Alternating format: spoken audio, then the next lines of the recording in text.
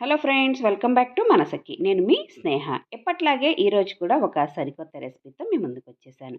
బయట వర్షం పడుతున్నప్పుడు లేదా పిల్లలు స్కూల్ నుంచి రాగానే స్నాక్స్ ఏదైనా అడిగినప్పుడు వేడి వేడిగా అప్పటికప్పుడు ఇలా బఠానీల్లో ఒక బంగాళదుంపని కలిపి ఇలా చాట్ చేసి పెట్టారు అంటే అందరూ కూడా ఇంట్లో వాళ్ళు చట్పటా టేస్టీతో భలే ఎంజాయ్ చేస్తారు. ఇంకెందుకు లేట్, మరి మీరు కూడా ఎలా తయారు చేయాలో ప్రాసెస్ చూసేస్తారా?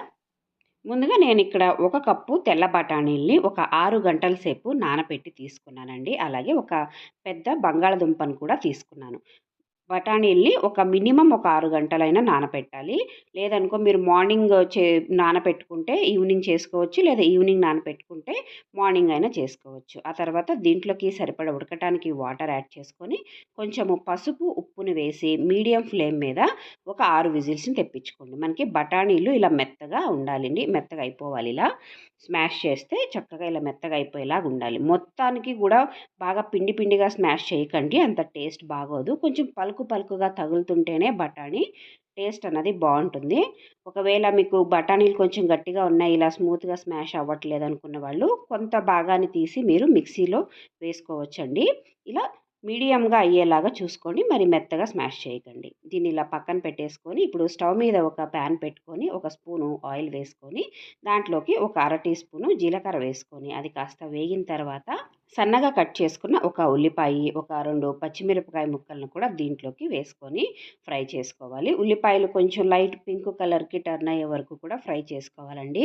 దీంట్లో ఏ ముక్కలు వేసుకున్నా కూడా బాగా సన్నగా కట్ చేసి వేసుకోండి. అప్పుడే మనకి చాట్ అన్నది టేస్టీగా అనిపిస్తుంది. ఇలా ఉల్లిపాయలు వేగిన తర్వాత ఒక స్పూను అల్లం వెల్లుల్లి పేస్టు, అలాగే ఒక టమాటోని ఇలా చిన్న ముక్కలు కట్ చేసుకొని వేసుకోండి. టమాటో కాస్త సాఫ్ట్ అయ్యే వరకు కూడా బాగా చక్కగా వేయించుకోవాలి.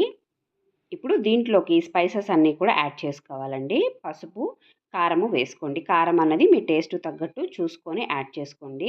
ఆ తర్వాత ఒక అర టీ స్పూను ధనియాల పొడి, ఒక అర టీ స్పూను చాట్ మసాలా, అలాగే ఒక అర టీ స్పూను గరం మసాలాని యాడ్ చేసుకోండి. ఒకవేళ మీ దగ్గర బ్లాక్ సాల్ట్ ఉంటే అది కూడా వేసుకోండి. బ్లాక్ సాల్ట్ వేసుకోవటం వల్ల టేస్ట్ ఇంకా బాగా అనిపిస్తుంది. ఇలా వేసేసుకొని మసాలా ఏది మాడకుండా లో ఫ్లేమ్‌లో ఇలా అంతా కూడా ఒకసారి కలుపుకున్న తర్వాత మనం ముందుగా స్మాష్ చేసి పెట్టుకున్న బఠానీని అలాగే బంగాళదుంపని దీంట్లోకి యాడ్ చేసేసుకొని ఆ కుక్కర్‌ని తొలిపేసుకొని మనకి కన్సిస్టెన్సీకి సరిపడా వాటర్‌ని యాడ్ చేసుకోండి.